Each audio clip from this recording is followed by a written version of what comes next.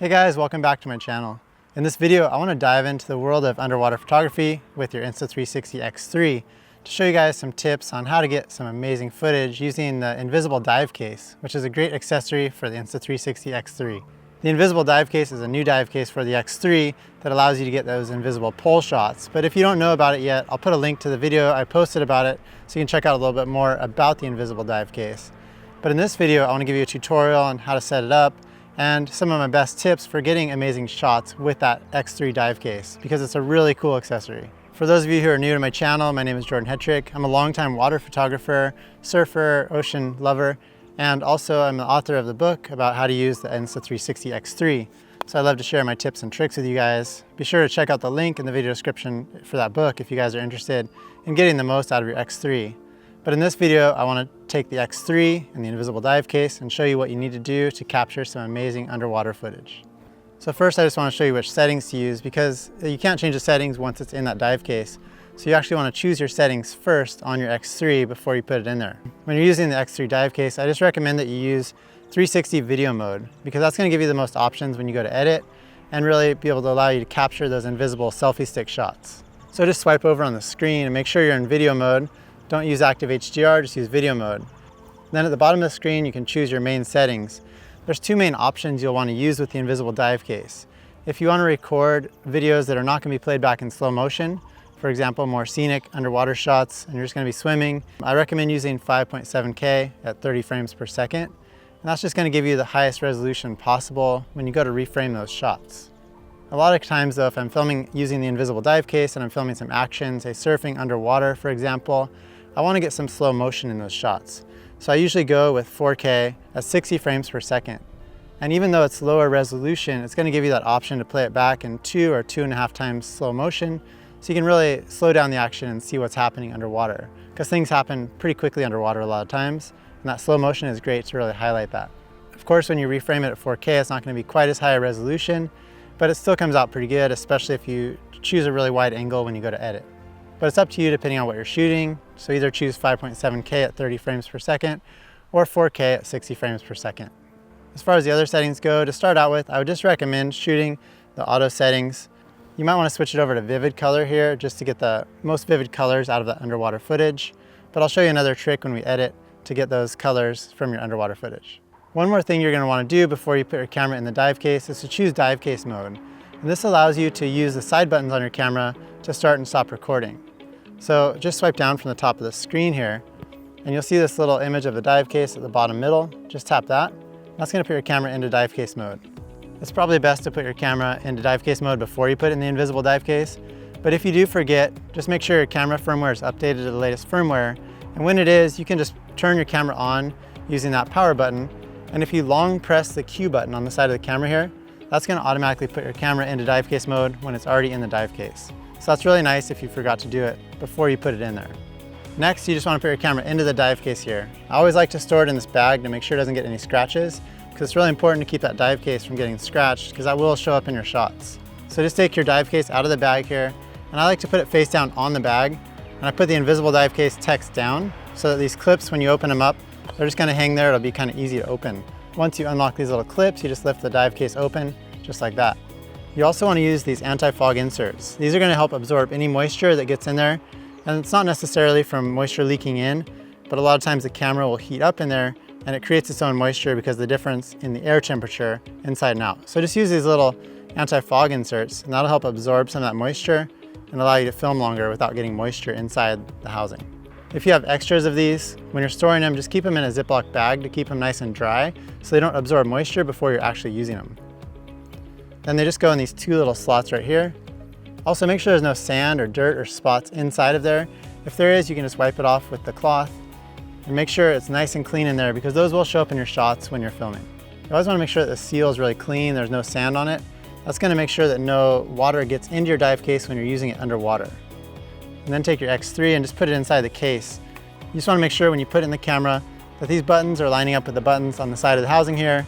That's going to allow you to use your camera in dive case mode to power it on and off, and also to start and stop recording. Also make sure the lenses on the X3 are clean, because that can also affect your shots. And once your camera is in there, just close the door and make sure that each one of these 4 clasps is actually grasping on the little ledge and locking it in place. All 4 of these have to be latched in place to make sure that your dive case stays dry when you're out filming, because water has an easy way to seep into these housings, or any housing for that matter. And then I just put this little adapter that comes with it on the bottom. You want to make sure it's lined up completely straight with the camera so that invisible pole will disappear when you mount it to a pole. I like to just keep this adapter on here at all times, and I have it lined up and I have it secured super tightly. You can use a Phillips screwdriver if you want, but just make sure it gets really tight because it can rotate when like a wave hits it, or if you're underwater, for example. You just want to make sure it stays lined up really well. Next, let's mount the invisible dive case to a pole. I like using just the Insta360 114 centimeter invisible selfie stick. It's nice and extendable, and it works well for me underwater. So you just screw it on, and just make sure it's screwed on really tightly because you're going to be in the water. Make sure that's secured, and you can see how the camera is lined up with the pole. That's going to allow you to get those invisible selfie stick shots underwater. And because of the super wide angle perspectives on the X3, you don't really need a long pole to get really cool shots. So the shot here that I'm showing you is filmed with it holding it just like this without the pole even extended.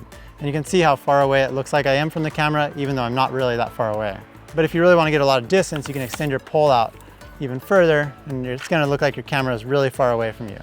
Sometimes I like to film with a floating handle, and sometimes I don't. If you don't have it on a floating handle, you can set it on the bottom of the ocean. As long as there's no current, you're not going to lose it. And you can get some shots where you're actually not even holding the camera, but you can swim around it. But if you're in the surf or somewhere where you might lose it, you do want to attach a floating handle that's going to float it in case it comes out of your hands. So I just like to attach this little handle here at the bottom. When I'm in the surf, for example, it's going to allow me to float the camera when I'm out there filming.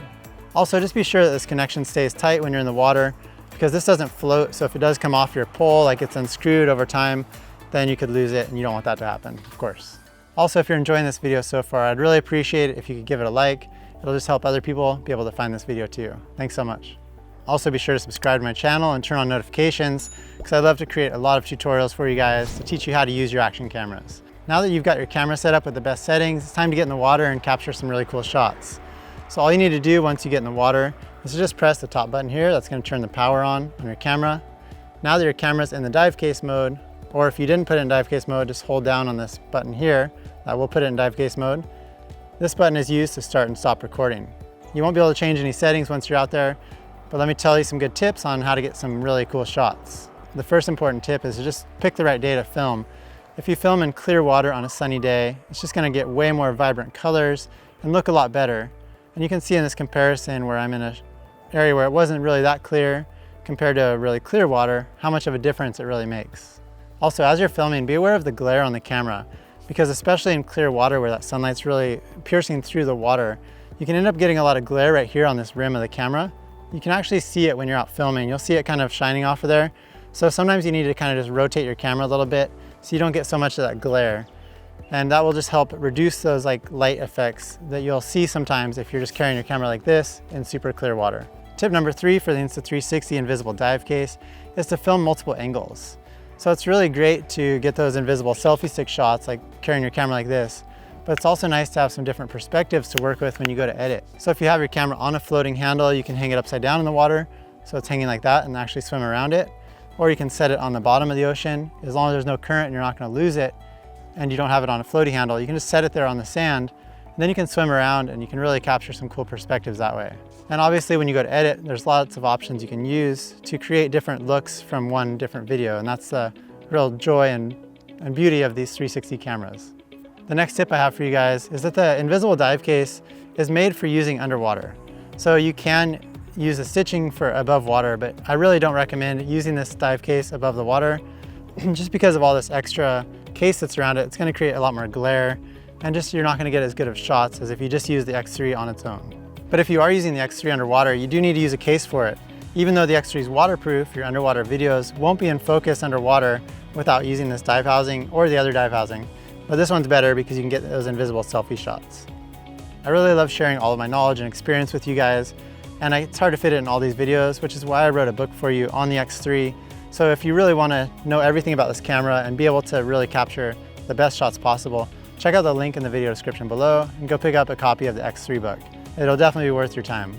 I'll show you a couple of quick editing tips in just a minute, but because this is a special accessory that you want to take really good care of, I just have a few tips for you after you film with it. You definitely want to rinse it off after you get out of the water. Make sure you get this gasket nice and clean here, because where this seals right here is what keeps water out of your housing and allows you to get those shots without any fogging on the inside. Also, never set it down on a table or anywhere. I always put it right back in this bag when I'm done filming with it. And that's gonna protect the housing. Make sure there's no sand inside of this bag, because you just wanna keep it nice and scratch-free for the best shots possible. And when you do go to open up your camera, make sure to blow off right around this seal right here to try to get any extra water out of there. You just really wanna keep any water out of this dive case so that when you go to film, no moisture's in there and it's not gonna cause your camera to fog up when you're out filming. Now let's check out a few of the best editing tips for the invisible dive case. Now that you've finished filming, I got a couple quick editing tips for you guys to help you get the best shots with the invisible dive case. So the first tip is that Insta360 has 2 apps available that make it really convenient to edit these videos. You can use the Insta360 app on your phone or your tablet, or Insta360 Studio on a computer. And both of these apps allow you to reframe your shots and really edit it to look really cool. Also, when you go to edit your videos, the apps should recognize automatically that you're using the invisible dive case and adjust the stitching accordingly. But if you do notice some strange stitch lines, you'll just want to go in and check the settings here to make sure that it's choosing the settings for the invisible dive case below water if you were filming below the water. Another tip I have when you go to edit those invisible dive case shots is to edit wide. I like to have the shots really pulled out. You can just see so much of that water, the reflections, the beautiful colors. And when you zoom in too far, it's not going to be as good a quality. So especially if you're recording in 4K at 60 frames per second, those videos are not as high resolution and it looks a lot better if you pull out on them. Another thing you might want to try out is Aquavision, which is Insta360's setting for underwater footage.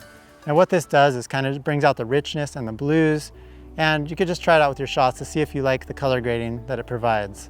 I like it for some shots, and some shots I just like original, how they're filmed, and other shots I'll want to adjust the colors myself. But Aquavision is a great option to check out and try out. I hope you guys found that invisible dive case tutorial really helpful, and I can't wait to see what you create with this amazing little accessory. Thanks so much for watching, and have fun out there. Get underwater and get some amazing shots.